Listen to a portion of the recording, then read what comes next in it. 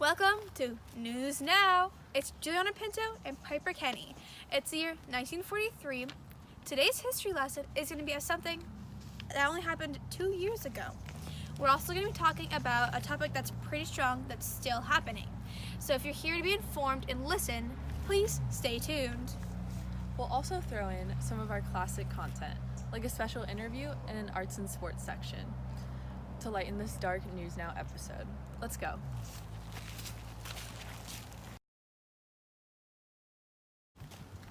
First up is our history lesson.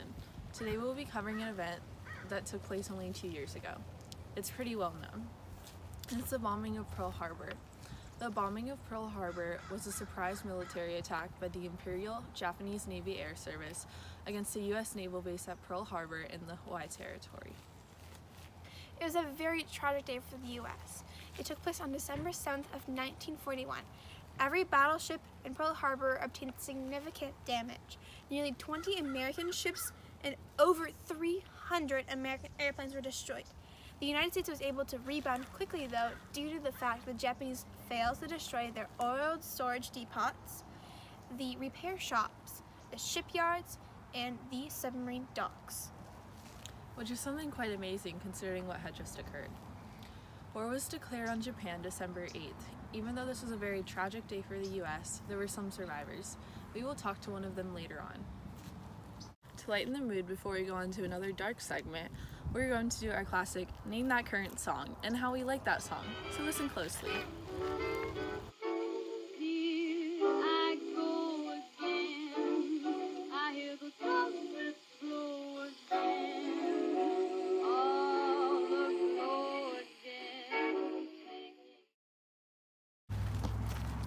That definitely was a tough one. Is that Take a Chance on Love by Benny Goodman? Yep, it is. I personally love that song. It's so smooth yet very upbeat. I completely agree. Now let's go to our next segment of News Now. Welcome to Music Expertise, where I'll be talking about current songs. Music nowadays isn't just for people to listen to or dance to.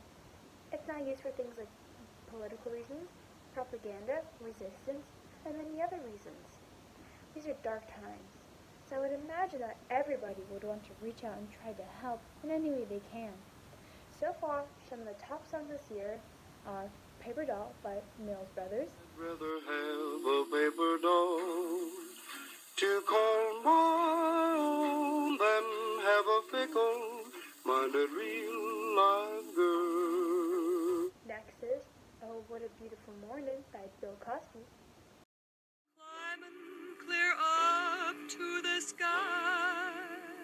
Oh, what a beautiful morning. and another is Oklahoma by Alfred Drake. I sit alone and talk and watch a hawk making lazy circles in the sky. We know we belong. These songs are all beautiful in their own way. Like the song Paper Dolls is very gentle and beautiful, but like Oklahoma is more upbeat. Like I said not too long ago, many songs nowadays are made for many reasons. For example, the song The White Cliffs of Dover by Vera Lynn is a very good example. Tomorrow, when the world is free. This song talks about looking forward to a time of peace and no war. This is a good example of people expressing their opinions. We need people to show the government that we are stuck in a war that we want out of. What better way to show them than our music? Everyone listens, whether it's for joy or to dance, but we're constantly listening to music. And saying these things will make them remember it every day when they listen to their music. Another current song example is the song You'll Never Know by Dick Haynes. Ought to know, for haven't I told you so? A million or more times. This song basically talks about two lovers who were split apart by the war. If you really listen to the song, you can feel the feelings that the artist is trying to portray. He says things like, and even if I tried, I couldn't hide my love for you. He's showing the agony that he's in, and we can all feel it ourselves. The songs we're putting on right now are reflecting how we're feeling. We're feeling in danger and loss. Maybe everyone should start to pay attention to how they feel and do something about it. Maybe everyone should start to pay attention to how we're expressing ourselves through our music. Well, anyways, thanks for listening to Music Expertise, and back to our regular programming. Next up on the News Now agenda is our current topic. It's a topic that not all can listen to, so if you're very sensitive to people talking about things like the Holocaust, please kindly skip over this segment because we will be stating some very strong facts. The Nazi physicians would choose certain inmates to undergo experiments that could result in death, trauma, disfigurement, or permanent disability. These experiments were designed for the German military people to use in combat, develop new weapons, aid those who were injured, and to advance the German master race ideology. They experimented a lot on twins. They wanted to see how genetically alike they are. They were doing things like injecting different dyes into their eyes to see if they would change the color. They're also doing things that are even more extreme, like removing sections of bones, muscles, or nerves without any anesthetics. They just want to study them, but they study them with no sense of humanity. Many victims also suffer intense agony, mutilation, and permanent disability. It is something that has to stop. As cruel as they are to twins, they aren't only testing twins. They're also testing regular, healthy people. They're trying to find cures for things like malaria and other contagious diseases by injecting those diseases into random people. So many are dying because of this. This is research, but it's going too far. These are their own people who are being killed and tortured. Man, this information's really heavy. A majority of the experiments were done in concentration camps like Auschwitz. Concentration camps were camps that people were sent to work. Auschwitz is also an extermination camp. Extermination camps are where people go to just basically to get killed. An interesting fact is that none of the extermination camps are built on German soil because they didn't want blood like that on their hands. So alternatively, they built them on Polish soil. Back to talking about the experiments. Majority of the twin experiments were done by Dr. Joseph Mengele. He was nicknamed the Angel of Death. His main goal was to experimenting on twins because he wanted to find out not just how genetically alike they are, but he also wanted to increase the birth rate of Germany to increase the master race ideology. As we've discussed previously, Hitler really wants the Germans to have as many children as they possibly could. So Mengele was trying to also figure out if there was any way to have a higher probability of having twins. When twins would arrive in Auschwitz or Dachau, they were immediately taken away to the experiments. They were treated as guinea pigs for Dr. Mengele's work. Dr. Mengele is doing things like measuring and injecting the twins with numbers of stuff that we don't even know of. These kids are being ripped from their parents and being experimented on like animals. Many of these kids are dying because their bodies can't handle how many nasty things Dr. Mengele is putting into them. If one of the twins died, the other would have no use to Dr. Mengele.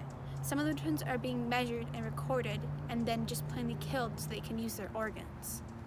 The kids are woken up at 6 in the morning and have to get a small breakfast. But the twisted part is that Mengele would, of course, come in for the inspection, but he would be so very nice to the kids. Sometimes he even brings them candy. But they don't know that he's evil, that they have to get onto trucks and they have to go onto experiment labs. These poor kids, they're just being tortured. But I think it's time to get to Commercial break. Are you always hungry? Is there never enough food in your house? Well, we have solutions for you. Join us to support rationing. Rationing will always guarantee you food. It is just like sharing with everyone you know. It makes so much more sense to guarantee food for you and your families for just a small price. Just pay a small fee and a certain amount of food will be sent to you. It is per person, so don't forget to register all of your family members. We will also be checking for false members in your family. You can also come to one of our rationing stations where we will give you and your families rations. Welcome back to News Now. I think there's some interesting facts to touch on. Whatever about? About the Summer Olympics in 1936 that's held in Germany. Oh, really? Yes. Do you know what events took place? Probably the usual, like aquatics, football, cycling, weightlifting, and wrestling. Yeah, that sounds about right. But you know who took the most gold medals? Wasn't it someone from the US? Yes, it was Jesse Owens. He got 4 gold medals for the U.S. Man, that's crazy. Who took the second most gold medals? Robert Carpenter, who, if my sources are correct, got 3 gold medals from France, and Conrad Frey got 2 gold medals for Germany. Well, who's still superior? The US. Well, it looks like it's just about time to have our special interview. I think we can reveal who it is now. Yeah, our special guest is a survivor from the bombing of Pearl Harbor. Let's go. Please welcome Betty Brown. You're a nurse at Pearl Harbor, right? Yeah, thank you for having me. So I know that this will be quite hard for you, and if you feel overwhelmed, you don't need to answer these questions. Okay, thank you. First question, what was your first reaction to the bombing? Well, I was asleep because it started early in the morning. I woke up to the sounds of bombing and I was just so confused. All the nurses ran outside and we saw the Japanese airplanes flying by, and we automatically knew something was about to go down. So we all started running around. It was utter chaos. Yeah. Did you expect anything like this to happen? Well, of course I did, but I didn't expect it to be this traumatic until I experienced it firsthand. Did you lose many of your close friends? Yes, I lost love of my life. His name was James Brown. He was in the Navy. He was asleep on his boat when one of the bombs hit, so he didn't know it dropped. I will miss him forever. I'm so sorry that you lost him.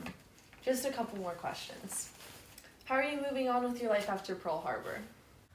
Obviously, the end of the war isn't near, but my plan is to try and forget the horrors of that day. Try to move on with my life. I want to eventually find myself an able husband. So how are you affected afterward? Of course, most war heroes struggle to return to a normal life, but I feel as though I returned to my life rather quick. So you were allowed a break to return home after Pearl Harbor? Yes, I returned home to see my family, but I'm returning to my enlistment in a couple of weeks. So do you think you're ready to return? I don't think anybody is ready to return back to the war. I'm so sorry for all that you've been through. Thank you. Well, that's all the time we have. Thank you for watching. Hello there, everyone. Juliana has asked me to come on before the show ends and dive a little deeper into German Olympics. These Olympics were more than any old Olympics. They were to demonstrate Nazi propaganda. They were promoting a new, strong ideal of Germany. These Olympics were basically signaling the Germans' return to society after their isolation post-World War I. Here in the US, we actually had many debates on whether we should participate in the Olympics or not. We had many people boycotting the Olympics. Many Jewish athletes from all over were boycotting the Olympics. The Nazis really prepared for the Olympics, though, because they of course wanted to be ready for the games and competition. The Germans were using a lot of propaganda to promote the Olympics. The US did take home the most gold medals, but Germany was still victorious because they took home the most medals out of all medal placements: gold, silver, and bronze. Even though Hitler temporarily left the Jews alone during this time, he returned soon after the Olympics to prosecuting them per usual. Unfortunately, he is still prosecuting and killing the Jewish people in Germany. But here's an interesting bit of information. Hitler obviously had a grudge against many people, but he also famously refused to congratulate Jesse Owens. Why, you may ask? Jesse Owens' race. If anything, he should be impressed by Jesse Owens' hard work and winnings. But no, just because Jesse Owens is African American, Hitler refused to participate.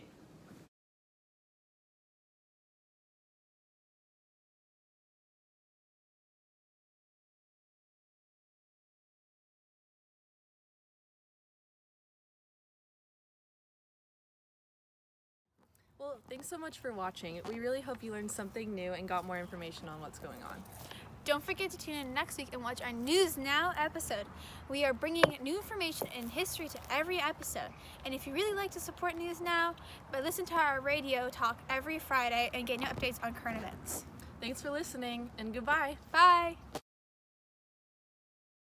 I lost the love of my life. Same with James Brown. What if it was you?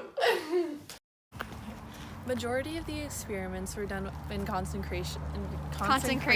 Majority of the experiments were done in concentration. Oh my God! So how are you?